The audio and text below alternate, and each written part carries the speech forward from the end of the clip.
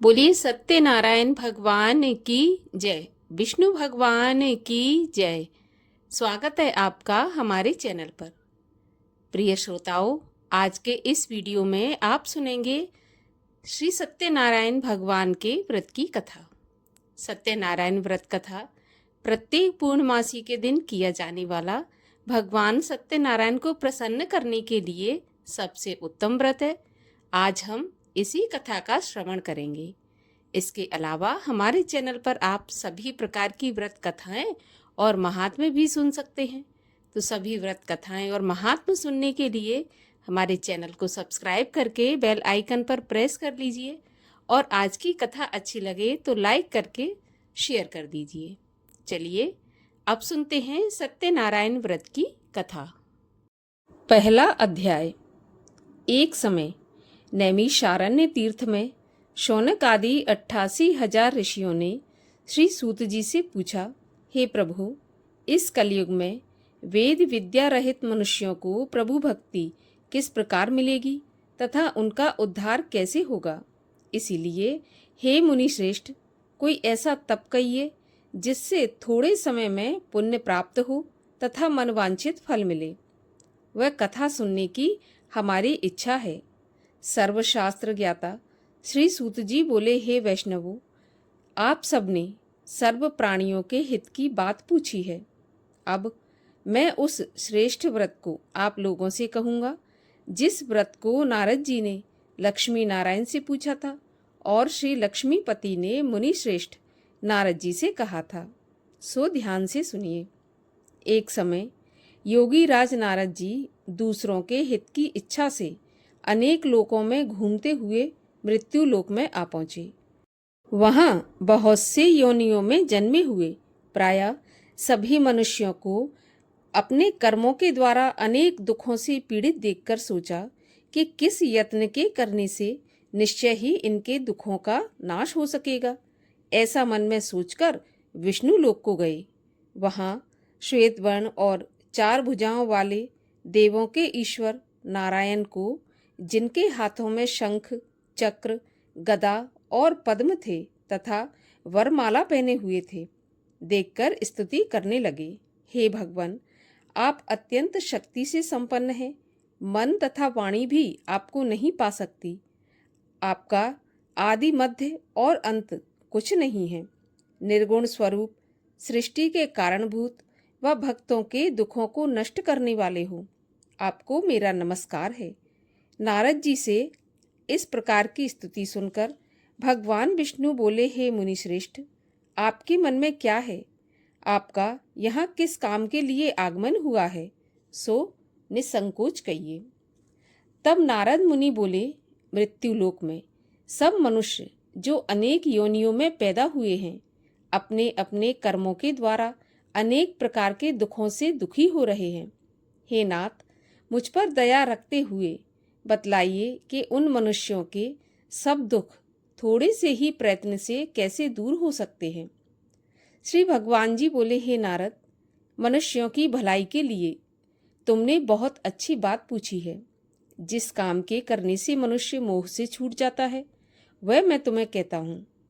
सुनो, बहुत पुण्य देने वाला स्वर्ग तथा मनुष्य लोक दोनों में दुर्लभ एक उत्तम व्रत है।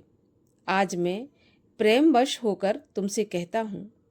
श्री सत्यनारायण का यह व्रत अच्छी तरह विधान पूर्वक करके मनुष्य तुरंत ही यहाँ सुख भोग कर मरने पर मोक्ष को प्राप्त होता है। श्री भगवान के वचन सुनकर नारद मुनि बोले कि उस व्रत का क्या फल है, क्या विधान है और किसने यह व्रत किया है और किस दिन यह व्रत करना चाहिए, विस्तार से कहिए। भगवान बोले, दुख शोक आदि को दूर करने वाला, धन धान्य को बढ़ाने वाला, सौभाग्य तथा संतान को देने वाला यह व्रत सब स्थानों पर विजय कराने वाला है। भक्ति और श्रद्धा के साथ किसी भी दिन मनुष्य श्री सत्यनारायण की शाम के समय ब्राह्मणों और बंधुओं के साथ धर्मपरायण होकर पूजा करें। भक्ति भाव से नैवेद्य, केले के फल, घी, दूध और गेहूं का चूर्ण सवाया लेवें। गेहूं के अभाव में साठी का चूर्ण, शक्कर या गुड़ लें और सब भक्षण योग्य पदार्थ जमा करके भगवान को अर्पण कर दें तथा बंधुओं सहित ब्राह्मणों को भोजन करावें। तत्पश्चात स्वयं भोजन करें। नृत्य, गीत आदि का आचरण कर श्री सत्यनारायण भगवान को स्मरण करता हुआ समय व्यतीत करें। इस तरह व्रत करने पर मनुष्यों की इच्छा निश्चय ही पूरी होती है। विशेष कली काल में भूमि पर यही मोक्ष का एक सरल उपाय है। दूसरा अध्याय। सूत जी बोले, हे ऋषियों, जिसने पहले समय में इस व्रत को किया है उसका इतिहास कहता हूँ, सो ध्यान से सुनो। सुंदर काशीपुरी नगरी में एक अति निर्धन ब्राह्मण रहता था। वह भूख प्यास से बेचैन हुआ नित्य ही पृथ्वी पर घूमता था। ब्राह्मणों से प्रेम करने वाले भगवान ने ब्राह्मण को दुखी देखकर बूढ़े ब्राह्मण का रूप धर के उसके पास जाकर आदर के साथ पूछा, हे ब्राह्मण, नित्य दुखी पृथ्वी पर क्यों घूमता है? हे श्रेष्ठ ब्राह्मण, यह सब मुझसे कहो, मैं सुनना चाहता हूँ। तब ब्राह्मण बोला, मैं बहुत निर्धन ब्राह्मण हूँ, भिक्षा के लिए पृथ्वी पर फिरता हूँ। हे भगवान, यदि आप इसका उपाय जानते हो तो कृपा करके मुझसे कहिए। वृद्ध ब्राह्मण बोला कि श्री सत्यनारायण भगवान मनोवांछित फल देने वाले हैं, इसीलिए हे ब्राह्मण, तू उनका पूजन कर, जिसके करने से मनुष्य सभी दुखों से मुक्त हो जाता है। ब्राह्मण को व्रत का सारा विधान बताकर बूढ़े ब्राह्मण का रूप धारण करने वाले श्री सत्यनारायण भगवान अंतर्ध्यान हो गए।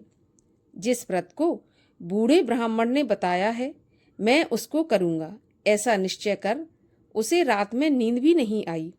वह सवेरे ही उठकर श्री सत्यनारायण भगवान के व्रत का निश्चय करके भिक्षा के लिए चला। उस दिन उसको भिक्षा में बहुत धन मिला, जिससे बंधु बांधवों के साथ उसने श्री सत्यनारायण भगवान का व्रत किया। इसके करने से वह ब्राह्मण सभी दुखों से छूटकर अनेक प्रकार की संपत्तियों से युक्त हुआ। उस समय से वह ब्राह्मण हर महीने यह व्रत करने लगा। इस तरह श्री सत्यनारायण भगवान के व्रत को जो करेगा वह सब पापों से छूटकर मोक्ष को प्राप्त होगा।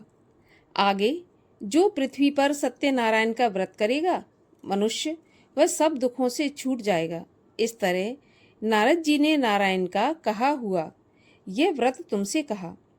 हे विप्रो, मैं अब और क्या कहूँ?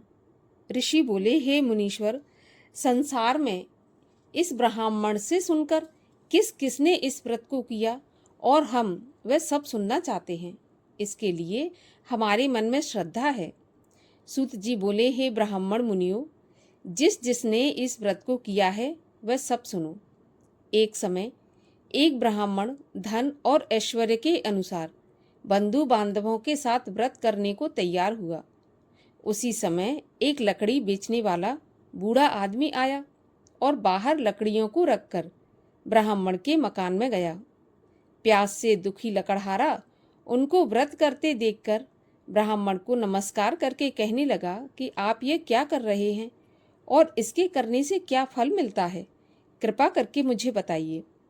ब्राह्मण ने कहा, सभी मनोकामनाओं को पूरा करने वाला यह श्री सत्यनारायण भगवान का व्रत है। इसकी ही कृपा से मेरे यहाँ धन धान्य आदि की वृद्धि हुई है।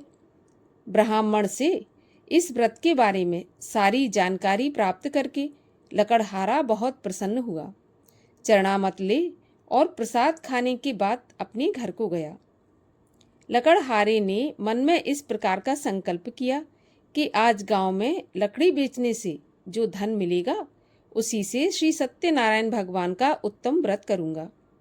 ऐसा मन में विचार करके बूढ़ा ब्राह्मण लकड़ियां अपने सिर पर रखकर जिस नगर में धनवान लोग रहते थे वह ऐसे सुंदर नगर में गया।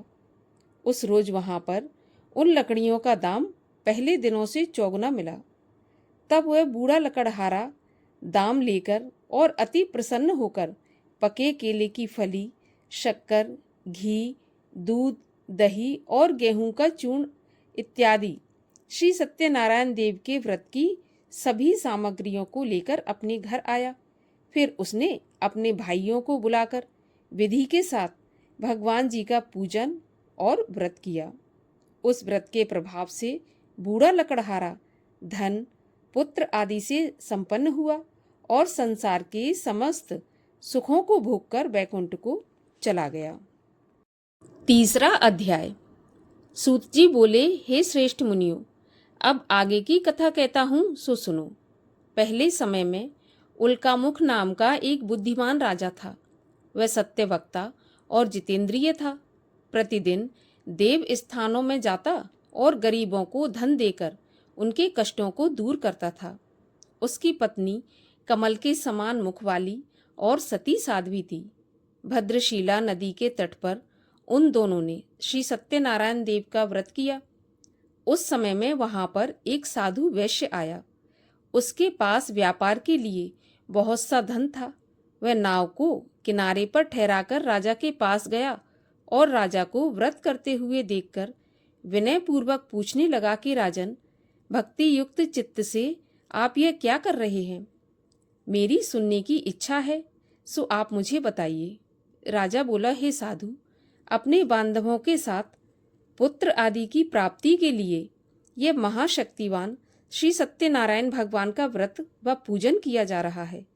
राजा के ऐसे वचन सुनकर साधु आदर के साथ बोला, हे राजन, मुझे इसका विधान बताएं। मैं भी आपके कहे अनुसार इस व्रत को करूंगा। मेरे भी कोई संतान नहीं है और इस व्रत से निश्चय ही संतान होगी। राजा से सब विधान सुनकर व्यापार से निवृत्त हो वह आनंद पूर्वक अपने घर आया। साधु ने अपनी स्त्री से संतान देने वाले उस व्रत का समाचार सुनाया और कहा कि जब मेरे संतान होगी तब मैं उस व्रत को करूंगा।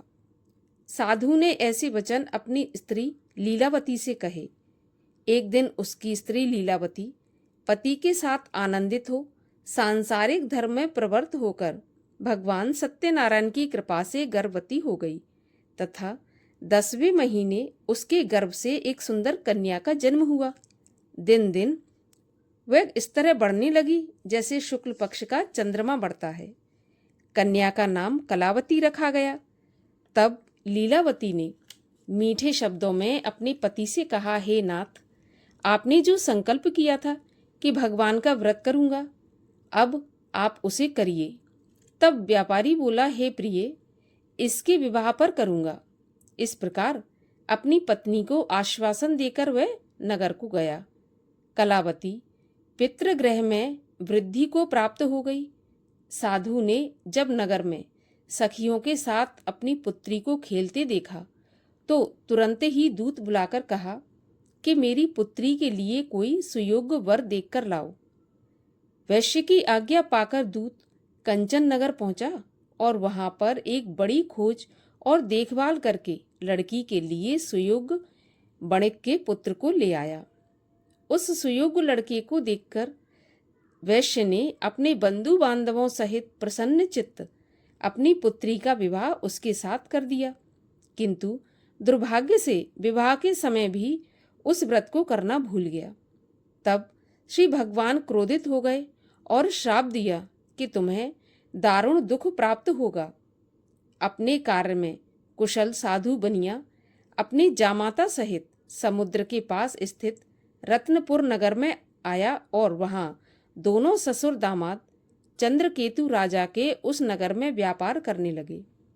एक दिन भगवान श्री सत्यनारायण की माया से प्रेरित कोई चोर राजा का धन चुराकर भागा जा रहा था, किंतु अपने पीछे राजा के दूतों को आता देखकर चोर ने घबराकर भागते हुए राजा के धन को वहीं चुपचाप रख दिया जहां पर वे दोनों ससुर जमाई ठहरे हुए थे।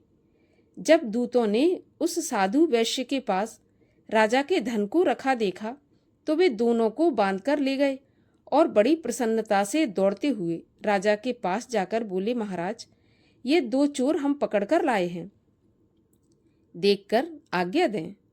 तब राजा की आज्ञा से उनको कठिन कारावास में डाल दिया गया और उनका सारा धन छीन लिया। श्री सत्यनारायण भगवान के श्राप द्वारा उनकी पत्नी भी घर पर बहुत दुखी हुई और घर पर जो धन रखा था उसे चोर चुरा कर ले गए। शारीरिक व मानसिक पीड़ा तथा भूख प्यास से अति दुखी हो अन्न की चिंता में कलावती एक ब्राह्मण के घर गई। वहां उसने श्री सत्यनारायण भगवान का व्रत होते देखा। फिर कथा सुनी और प्रसाद ग्रहण कर रात को जब घर आई तो माता ने कलावती से कहा, हे पुत्री, अब तक कहाँ थी और तेरे मन में क्या है? तब कलावती बोली, माँ, मैंने एक ब्राह्मण के घर पर श्री सत्यनारायण भगवान का व्रत देखा है। कन्या के ऐसे वचन सुनकर लीलावती भगवान के पूजन की तैयारी करने लगी। लीलावती ने परिवार और बंधुओं सहित श्री सत्यनारायण भगवान का पूजन किया और यह वर मांगा कि मेरे पति और दामाद जल्दी ही आ जाएं। साथ ही प्रार्थना की कि हम सबका अपराध क्षमा करो। श्री सत्यनारायण भगवान इस व्रत से संतुष्ट हो गए और राजा चंद्रकेतु को स्वप्न में दिखाई दिए और कहा, हे राजन, दोनों वैश्य प्रातः ही छोड़ दो और उनका सारा धन जो तुमने ग्रहण किया है उन्हें वापस दे दो, नहीं तो तेरा धन, राज्य, पुत्र आदि सब नष्ट कर दूंगा। राजा से ऐसा वचन कहकर भगवान अंतर्ध्यान हो गए। प्रातःकाल राजा चंद्रकेतु ने सभा में अपना स्वप्न सुनाया। फिर दोनों वणिक पुत्रों को कैद से मुक्त कर सभा में बुलाया। दोनों ने आते ही राजा को नमस्कार किया। राजा मीठे वचनों से बोला, हे महानुभावों, भावीवश ऐसा कठिन दुख प्राप्त हुआ है, अब तुम्हें कोई भय नहीं। ऐसा कहकर राजा ने उनको नए नए वस्त्र आभूषण पहनाए तथा उनका जितना धन लिया था उससे दुगना धन देकर आदर सहित विदा किया। दोनों वैश्य अपने घर को चल दिए। चौथा अध्याय। सूत जी बोले, वैश्य ने मंगल आचार करके यात्रा आरंभ की और अपने नगर को चला। उनके थोड़ी दूर निकलने पर दंडी वेशधारी श्री सत्यनारायण देव ने उनसे पूछा, हे साधु, तेरी नाव में क्या है? तब वह घमंडी बने खसता हुआ बोला, हे दंडी, आप क्यों पूछते हो? क्या धन लेने की इच्छा है? मेरी नाव में तो बेल तथा पत्ते आदि भरे हैं। वैश्य के ऐसे कठोर वचन सुनकर भगवान ने कहा, तुम्हारा वचन सत्य हो। दंडी ऐसा कहकर वहां से चले गए और कुछ दूर जाकर समुद्र के किनारे बैठ गए। दंडी के जाने पर वैश्य ने नित्य क्रिया करने के बाद नाव को ऊंची उठी देखकर अचंबा किया तथा नाव में बेल आदि देखकर मूर्छित होकर जमीन पर गिर पड़ा। फिर मूर्छा खुलने पर अत्यंत शोक करने लगा। तब उसका दामाद बोला कि आप शोक न करें, यह दंडी का श्राप है, अतः उनकी शरण में चलना चाहिए, तभी हमारी मनोकामना पूरी होगी। दामाद के ऐसे वचन सुनकर वह दंडी के पास पहुंचा और अत्यंत भक्ति भाव से नमस्कार करके बोला, मैंने जो आपसे असत्य वचन कहे थे उनको क्षमा करें। ऐसा कहकर महान शोक आतुर रोने लगा। तब दंडी भगवान बोले, हे बणिक पुत्र, मेरी आज्ञा से बार बार तुम्हें दुख प्राप्त हुआ है, तू मेरी पूजा से विमुख हुआ है। साधु बोला, हे भगवान, आपकी माया से मोहित ब्रह्मा आदि भी आपके रूप को नहीं जानते, मैं अज्ञानी कैसे जान सकता हूँ? आप प्रसन्न होइए, मैं सामर्थ्य के अनुसार आपकी पूजा करूँगा। अब मेरी रक्षा करें और पहले के समान नौका में धन भर दें। उसके भक्ति युक्त वचन सुनकर भगवान प्रसन्न हो उनकी इच्छा के अनुसार वरदान देकर अंतर्ध्यान हो गए। तब उन्होंने नाव पर आकर देखा कि नाव धन से भरी हुई है। फिर वह भगवान सत्यनारायण का पूजन करके साथियों सहित अपने नगर को चला। जब अपने नगर के निकट पहुंचा तब दूतों को घर भेजा। दूत ने साधु के घर जाकर उसकी स्त्री को नमस्कार करके कहा, साधु अपने दामाद सहित इस नगर के पास आ गए हैं। ऐसा वचन सुनकर साधु की स्त्री ने बड़े हर्ष के साथ सत्यदेव का पूजन कर अपनी पुत्री से कहा, मैं अपने पति के दर्शन को जाती हूँ, तू अपना काम पूरा करके शीघ्र आ जाना। माता के ऐसे वचन सुनकर कलावती प्रसाद छोड़कर अपने पति के पास गई। प्रसाद की अवज्ञा के कारण सत्यदेव रुष्ट हो गए। उसके पति को नाव सहित पानी में डुबो दिया। कलावती अपने पति को ना देखकर रोती हुई जमीन पर गिर गई। इस तरह नौका को डूबा हुआ तथा कन्या को रोता हुआ देखकर साधु दुखी होकर बोला, हे प्रभु, मुझसे या मेरे परिवार से जो भी भूल हुई है उसे क्षमा करो। उसके दीन वचन सुनकर सत्यदेव प्रसन्न हो गए और आकाशवाणी हुई, हे साधु, तेरी कन्या मेरे प्रसाद को छोड़कर आई है, इसलिए इसका पति अदृश्य हुआ है। यदि वह घर जाकर प्रसाद खाकर लौटे तो इससे पति अवश्य मिलेगा।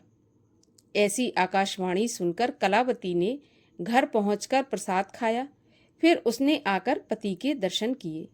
फिर साधु ने बंधु बांधवों सहित सत्यदेव का विधि पूर्वक पूजन किया। उस दिन से वह हर पूर्णिमा को सत्यनारायण का पूजन करने लगा। फिर इस लोक का सुख भोगकर अंत में स्वर्ग लोक को गया। 5वां अध्याय। सूत जी बोले, हे ऋषियों, मैं और भी कथा कहता हूँ, सो सुनो। प्रजा पालन में लीन तुंगध्वज नाम का एक राजा था। उसने भी भगवान का प्रसाद त्याग कर बहुत दुख पाया। एक समय वन में जाकर जंगली पशुओं को मारकर बड़ के पेड़ के नीचे आया।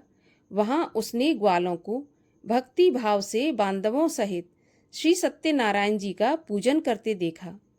राजा देखकर भी अभिमानवश वहां नहीं गया और न ही नमस्कार किया।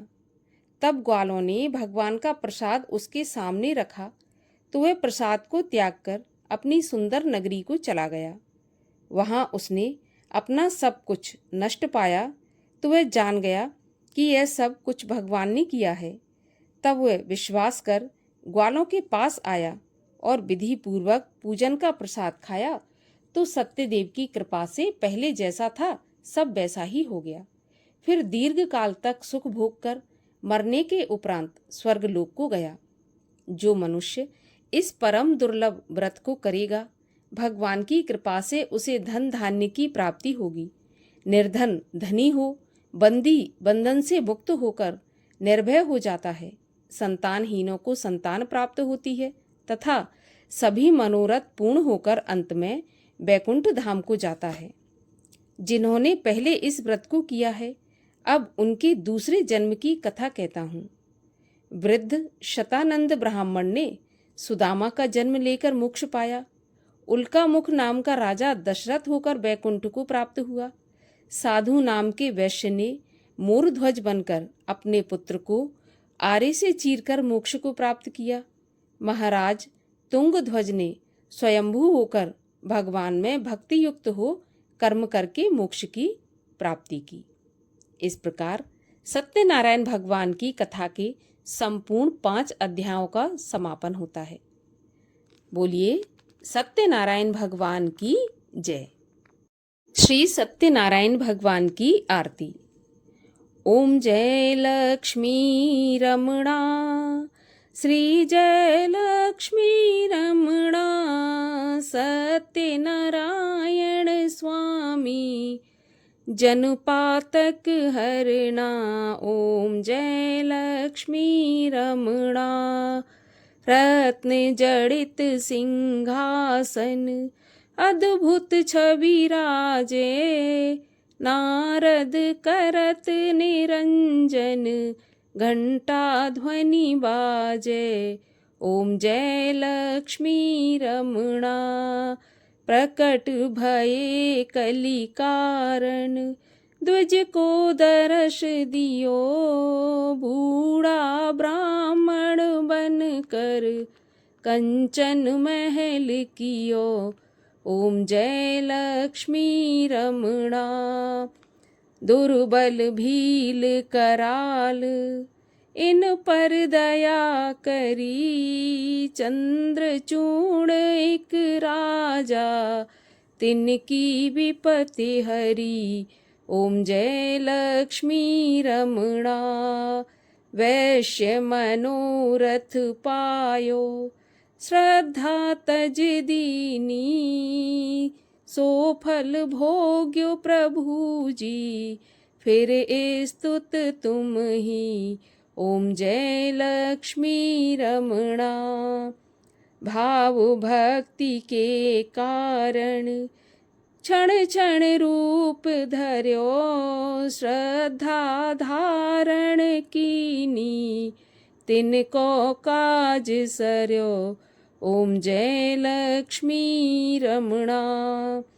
ग्वाल बाल संग राजा, वन में भक्ति करी, मन वांछित फल दीना, दीन दयाल हरि। ओम जय लक्ष्मी रमणा। चढ़त प्रसाद सवाया, कदली फल मेवा, धूप दीप तुलसी से, राजी सत्य देवा। ओम जय लक्ष्मी रमणा। सत्यनारायण जी की आरती जो कोई जन गावे, कहत शिवानंद स्वामी, मनोवांछित फल पावे। ओम जय लक्ष्मी रमणा।